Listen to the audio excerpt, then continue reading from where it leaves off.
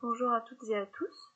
Ce diaporama évoque les liens entre littérature et politique entre 1560 et 1610. Tout d'abord, un point sur la chronologie de cette période qui fut extrêmement troublée. Elle se partagea entre les règnes de trois rois différents. En premier lieu, entre 1560 et 1574, c'est Charles IX qui a régné. À noter que Catherine de Médicis a assuré la régence durant les 3 premières années de son règne, soit jusqu'en 1563. Ensuite, Henri III règne entre 1574 et 1589, année où il est assassiné par le moine Jacques Clément. L'héritier de la couronne, qui est Henri de Navarre, est protestant. Il renonce publiquement à sa religion en 1593, ce qui lui permet d'être reconnu roi en 1594. Cela explique cette période de latence entre 1589 et 1594. Henri IV régnera jusqu'en 1610. Il sera alors assassiné par le catholique Ravaillac. En toile de fond de ces trois règnes se déroulent les guerres de religion entre 1562 et 1598. Les guerres de religion proviennent d'une volonté de réforme. Effectivement, les protestants revendiquent une telle réforme à l'intérieur de l'Église catholique dans le but de les rendre sa pureté première.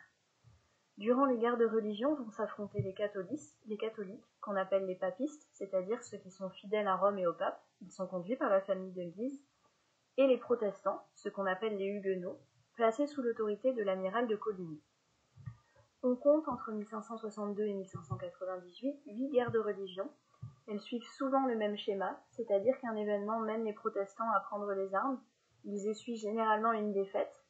Les protestants demandent alors une trêve qui mène à la signature d'un traité de paix, puis ils se réarment. Ce n'est donc pas une guerre qui est continue, il y a des trêves régulières entre les affrontements.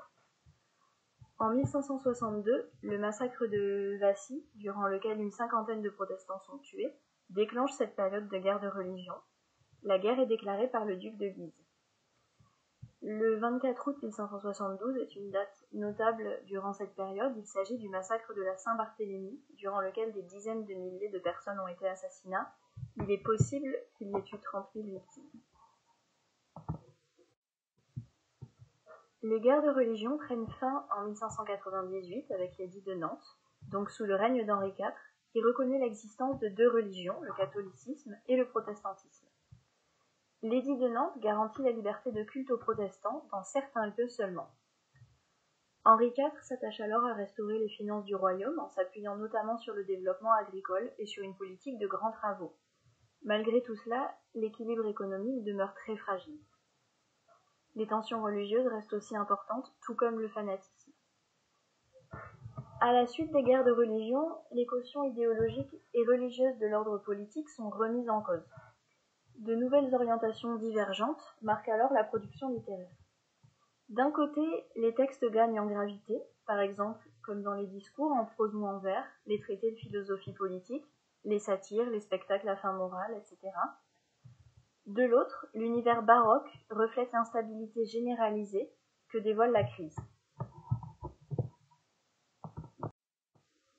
De nombreux traités politiques remettent alors en cause les fondements du pouvoir. Les guerres de religion éclairent effectivement l'évolution du pouvoir royal vers une monarchie absolue. On a donc beaucoup d'ouvrages qui questionnent cette transition. Tout d'abord, le Franco-Gallia de François Hautement, publié en 1573. C'est un traité qui réfute les tenants de l'absolutisme en soutenant que les anciens rois des Francs recevaient leur autorité de l'Assemblée du peuple. L'auteur conclut alors que les rois sont assujettis aux lois fondamentales du royaume et doivent prendre leurs décisions avec les États généraux. On compte aussi le discours de la servitude volontaire d'Étienne de la Boétie, probablement rédigé au début des années 1550. Il est publié partiellement en 1574 dans le pamphlet Le Réveil matin des Français, et il est publié de façon intégrale en 1576 par des pamphlétaires protestants. Le texte est délibérément écarté de l'actualité, on n'a que quelques allusions qui font référence au contexte historique, et propose une réflexion théorique sur l'oppression et la soumission. Il s'attaque à l'arbitraire du pouvoir.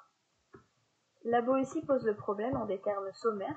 Pourquoi les peuples coopèrent-ils à leur assujettissement alors qu'il leur suffirait de refuser d'obéir ? Il ne formule pas ici d'ébauche de modèle politique, c'est une simple dénonciation de l'assujettissement contrôlé par l'appareil d'État que rend visible la centralisation monarchique. Enfin, le Vindicae contra Tyrannos, donc littéralement revendication contre les tyrans, écrit par Duplessis Mornay et Hubert Languet probablement, sous le pseudonyme de Junius Brutus, paraît en 1579 et remet également en cause les fondements du pouvoir. Les idées qui sous-tendent la critique du pouvoir se répartissent en 3 grands thèmes dans ces traités. Tout d'abord, la souveraineté du peuple. Le terme peuple désigne ici une instance politique représentée par les États généraux. Il s'agit bien d'un corps organisé avec des représentants. Ces traités confèrent aux assemblées des attributions très étendues, l'idée préfigurant ici la monarchie constitutionnelle. Une deuxième grande idée qui est évoquée par ces traités, c'est le développement d'une théorie du contrat. Les sujets doivent en effet une obéissance au roi, mais elle est conditionnelle. Ce contrat est renouvelé à chaque nouveau sacre, ce qui permet aussi de se maintenir éloigné de l'absolutisme. L'obligation des 2 parties est inégale. Le roi doit tenir ses promesses envers son peuple, à l'image de l'alliance biblique entre Dieu et le peuple. On a donc 2 contrats implicites, un contrat religieux et un contrat politique. Enfin, c'est le droit de la résistance aux tyrans qu'évoquent également ces traités. Les magistrats peuvent décider d'invalider le roi. S'ils refusent, des premières mesures peuvent être mises en place. En dernier recours, le peuple a le droit de prendre les armes. Hautement dans le Franco-Gallia évoque par exemple une sédition légitime. A l'inverse, il existe également des traités politiques qui justifient le pouvoir en place, tels les 6 livres de la République de Jean Bodin, publiés en 1576, qui théorisent la monarchie absolue. Le terme république est ici à entendre au sens étymologique de res publica. Il désigne les affaires publiques, c'est-à-dire qu'il recouvre tout ce qui a trait à la nation et à l'État, quel que soit le régime politique. Le traité de Jean Bodin érige en système cohérent les pouvoirs de législation, de contrôle et de coercition que s'arroge l'État. Le texte propose ainsi une description des mécanismes par lesquels s'exerce l'autorité. Pour Bodin, la République ne se conçoit que par l'établissement d'une puissance souveraine. Le souverain n'est selon lui pas assujetti à la loi, il peut révoquer les droits concédés aux citoyens par lui-même ou par ses prédécesseurs et n'est responsable que devant Dieu. Ainsi, le texte du traité de Bodin pose les bases d'une théorie générale des phénomènes politiques et sociaux, de leurs interactions et des déterminations qui les régissent. Bodin propose une innovation capitale. Il présente comme objet de science ce que les historiens décrivaient jusqu'alors en termes de fortune ou de destin.